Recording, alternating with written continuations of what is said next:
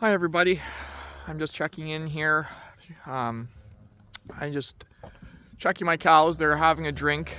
There's a couple curious uh, colleagues of mine here that are going to listen in to this post. And the subject of this video today is about frame breaking. And Dana talks about people that think outside the box, also, and maybe a little bit go against the grain, not into the conventional side. She's terming them as frame breakers. The term that I have used are herd quitters. Now, with the context of this group of herd of cattle behind me, if people are familiar with a group of cattle, they tend to stick to the herd, but often there's one or two cows that are considered herd quitters. They don't want to come with the group, and they're the ones that often frustrate the shepherd in my case, or the one trying to move the herd. There's one that seems to quit, and I'm gonna just take this opportunity just to relate these two frame breakers and herd quitters in my context here. But Dana talks about those that have been herd quitters or frame breakers for a while. We need to foster them, and they're often very independent thinkers, right? They think outside the box. And today's this question is, we're supposed to identify a frame breaker and dig into their story, how they became a frame breaker, and if you can identify that moment that they broke out of the box. And I'm going to label myself as a frame breaker and a herd quitter and just give a little bit of my background story that maybe I haven't in the past.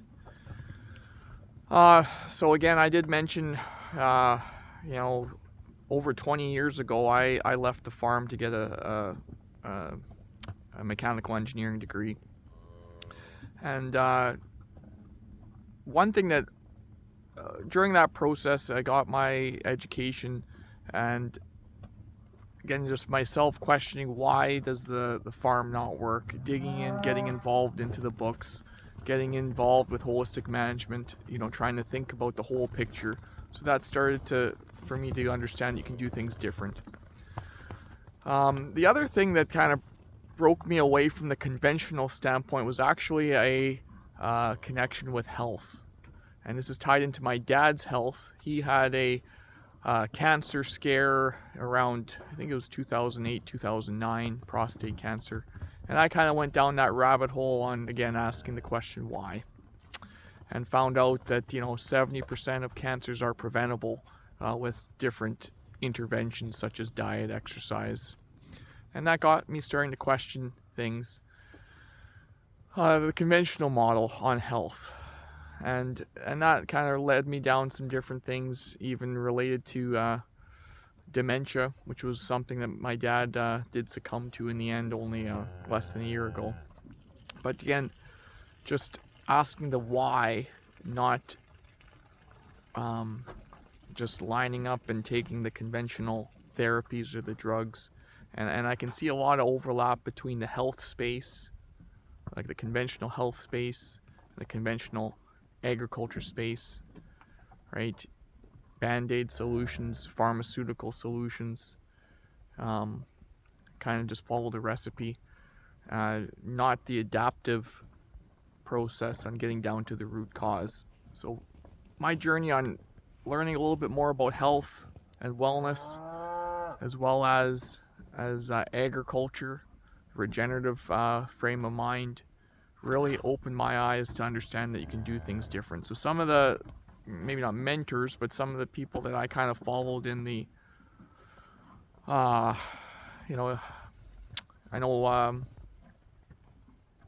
again, where I get a lot of my information is through podcasts. One really good one that actually opened up my eyes, that had the connection between health as well as animal-based diet, is the Meat Mafia podcast. This was two gentlemen that actually healed their health issues through a carnivore diet to get things going, and they interviewed a lot of people on that. that can talk about a lot of the chronic issues today as a metabolic issue, and if we can reduce our reliance on the carbohydrates and sugars and some of the other toxins, you can really improve your health. So that was one group that I feel like they kind of went on an experiment of one, changed their diet to get off. This gentleman had I think Crohn's disease, and he was on some drug, but got off that with a change in diet. And I believe we can, again, on our conventional agriculture model, someone that I kind of listened to and have talked to is Gabe Brown. I went through the Soil Health Academy, I think in 2019. He was one of the teachers and mentors, and his story was related to forced into a very regenerative form of production through a crisis. He had several crop failures and really focused on reducing inputs. So those, again, from an information standpoint, podcasts about someone who has healed themselves through diet, and as well as Gabe Brown, who kind of changed his production practice through a crisis. So last thing I'm going to finish on, I guess, with myself here, I consider myself as a frame breaker or herd quitter, and the comment made that they're very independent, and I'm going to note that is actually a very big weakness that I'm trying to overcome. We can't change, if we're trying to go against the grain in a strong current with many folks on the conventional path. This is an uphill battle, right? You get tired out, and I think trying to connect with people that have a similar mindset, that maybe haven't fully broken off out of the herd, right? But talking about what we're doing in the public fashion, like I'm trying to do today on this YouTube channel, is very important, because I know there's a couple of references that you don't need to change everyone's mind to make a significant change. I know there's something about there's an example, there's some kind of sardine example, that it only takes 4% of a school of fish or a school of sardines to start to turn the entire flock or the entire school of fish. So it doesn't take a whole lot of us.